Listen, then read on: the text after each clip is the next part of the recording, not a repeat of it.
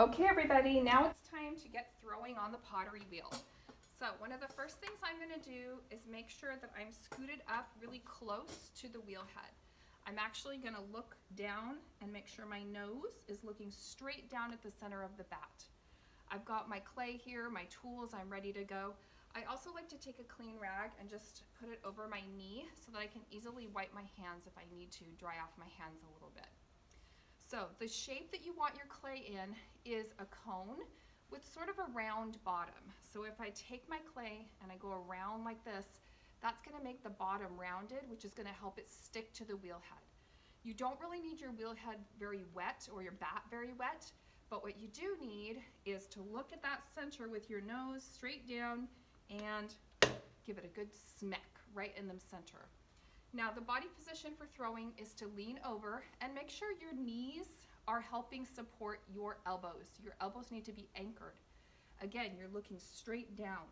I'm not up here with floating elbows and everything's moving around. I'm nice and down close to the wheel head and I'm looking down at my clay. The bone in my arm is helping to throw, which is connected to the muscle in my shoulder. I'm using my whole upper body strength to help me center this clay, which is the first step in throwing. So now I'm going to go ahead and get my hands wet. Notice I am not taking the sponge and putting a bunch of water on this clay. That's going to make it come off of the wheel head. So water's on my hands only, and with my left hand I'm going to be pushing in. I'm using this bone in my hand and my leg to support my elbow to push in. My other hand, my right hand, is making a fist and it's pushing down. So the motion is in and down. And I am making that clay not move. I don't want to be like this. I know I'm not centered if that happens. So I'm going to go ahead and push the pedal forward with my toe. That's how I make it go. If you push down with your heel, it's just like driving a car, then it's going to stop. So notice my hands are wiggling right now. My arms are wiggling. So I'm going to go a little bit faster and I'm going to push. I'm pushing in with my bone of my left hand and I'm pushing down and I'm keeping my hands wet, right? Look at, they're pretty clean actually. The clay should be gliding through my hands and not sticking. So as I'm centering, I'm grabbing more water, putting it on my hands and pushing in and down. Now I'm not ready to open this yet because I can feel that it's not totally centered. So now I'm going to do something called coning. So what I'm going to do is take both my hands and push in and pull up and basically make a little volcano. So that's why it's called coning. So there's my little cone. Now I'm going to push down on the bottom of the cone.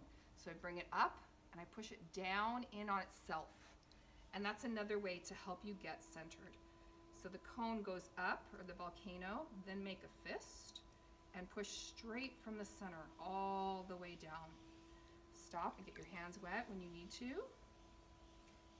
And you should start to feel, you can feel when things are locked, like your hands are not moving, things are still. You kind of have to get in that Zen place when you're throwing on the wheel as well. Centering your mind to center your body to center your clay. I feel pretty good about that. So now I'm going to start opening. The motion for opening is to cup your clay on both sides and take your thumbs and drive your thumbs down into the center of the clay. All right, I'm going to make sure my hands are pretty wet. I'm going to gently hold my clay and my thumbs are going to drive down into the center. And notice it's a slow process. Everything on the wheel is slow. You wait for several revolutions for things to change.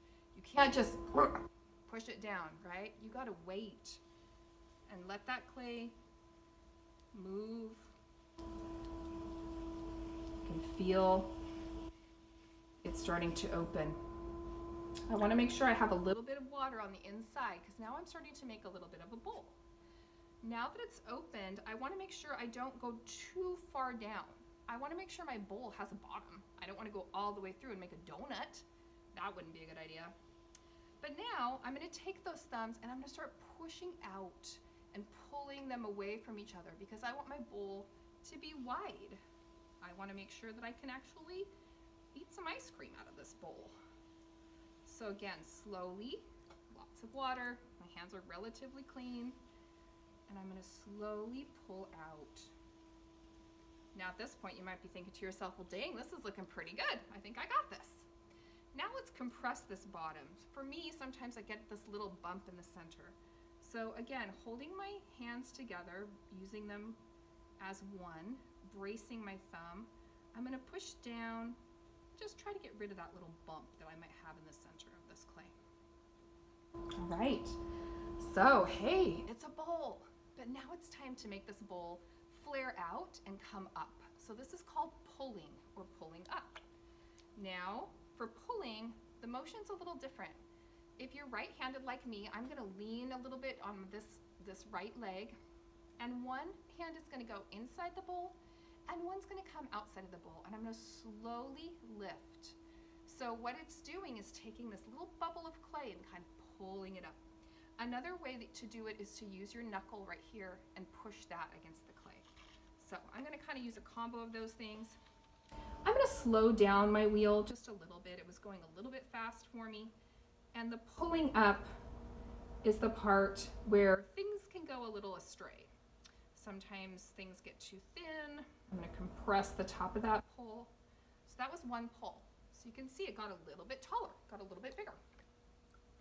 I'm gonna do that again. And I'm kind of hooking my two hands. They're working together, but I'm trying to take some of that thickness that's at the bottom and pull that up towards the top. So you're gonna need to adjust your pressure. You might push kind of harder at the bottom, but then when you get to the top, things might be feeling a little thinner. So you might need to back off your pressure a little bit. So that was pull number 2. See, things got a little bit bigger. I'm gonna do that one more time. And this time, I'm gonna slow down even more. I'm gonna do a little trick. So I'm gonna take my thumb and just make a little indentation at the bottom. That got rid of a little bit of clay. And that almost gives me like a little ledge to grab and make one more pull and try to get rid of some of that thickness. My hands are nice and wet. I've got that little ridge. And I'm using my fingers, I'm making them kind of flat, I guess. And I'm pulling up. If things get a little wonky when you're pulling, sometimes that happens. Sometimes that means that your clay isn't totally centered. Don't worry too much about it. Now's where I can do a little bit of fine tuning. So I feel like the thickness is pretty good. I'm gonna get rid of some of that moisture on the inside. So you don't wanna leave that water on the inside. That can make the bottom of your bowl crack. So get rid of that. Besides, it's pretty to see the sponge marks on there. I'm gonna use my sponge and just do a little bit of smoothing. So our first project in here is gonna be just a basic bowl. I feel like it's the easiest thing to throw. Things that are taller and skinnier are a little bit harder to throw, I think. But you could potentially use a rib at this point to do some shaping. So let's say I want my bowl to kind of flare out more. So I'm gonna push with my inside hand, use my rib on the other side, and that just created a little bit more of a outward shape, I guess. The other suggestion I have for you guys is to stop while you're ahead. If you get something that looks pretty decent, just stop, okay? I'm not gonna mess with this anymore because the more water I add, the more times I try to shape it, guess what? I can mess up my own thing. It's really easy to do. Now I'm just gonna kind of wash my hands off a little bit and notice my hands through the whole process were pretty clean. Now I'm gonna dry my hands off on the towel that I had. And I'm going to either do one of two things. If this is on a bat, I can simply remove the bat and I could potentially put this in a bag, just so you can kind of see it from the side there. I could put this in a bag to dry until tomorrow, and then I could trim the bottom of it. Or if it's directly on the wheel head, for some of the older wheels, I don't mind if you do that. If you're using a new wheel, I'd like you to use the bats. I can take my string tool, I'm gonna pull it towards me and cut this off the bat. So I'm gonna go ahead and do that with mine. Here I go, pulling it towards me. I'm holding it down to the bottom of that wheel head, almost like you're flossing your teeth. Because if I go up, I don't wanna like ruin the bottom. So I did it real, push down, pull it across kind of slowly. So now it's actually cut off of the bag. I could potentially pick this up with dry hands, set it aside, and continue to work on another piece. So just to review, for throwing, the steps are centering. So this is the hand movement for centering. Next step is to cone it up, push it back down on itself. Then cupping it, opening with your thumbs, pulling your thumbs apart. Compressing the bottom of the bowl, and then grabbing that bowl and slowly trying to make it taller and pulling it up. Okay, now, is your first bowl gonna look like this one? It might, but I might have just had beginner's luck. Sometimes you have to throw 2 or 3 or 4 lugs of clay before you even sort of understand how it works. So be patient with yourself. It's not a one-time thing. We can work on it all of this semester together. And again, that's why I have more clay ready to go here. If things get really wonky and I mess up, I can just grab another piece of clay and keep going. Every time you throw, you're learning from yourself. Everyone does it a little bit differently, but that's how I do it. So thanks for watching, and I'm excited for you to try it this week.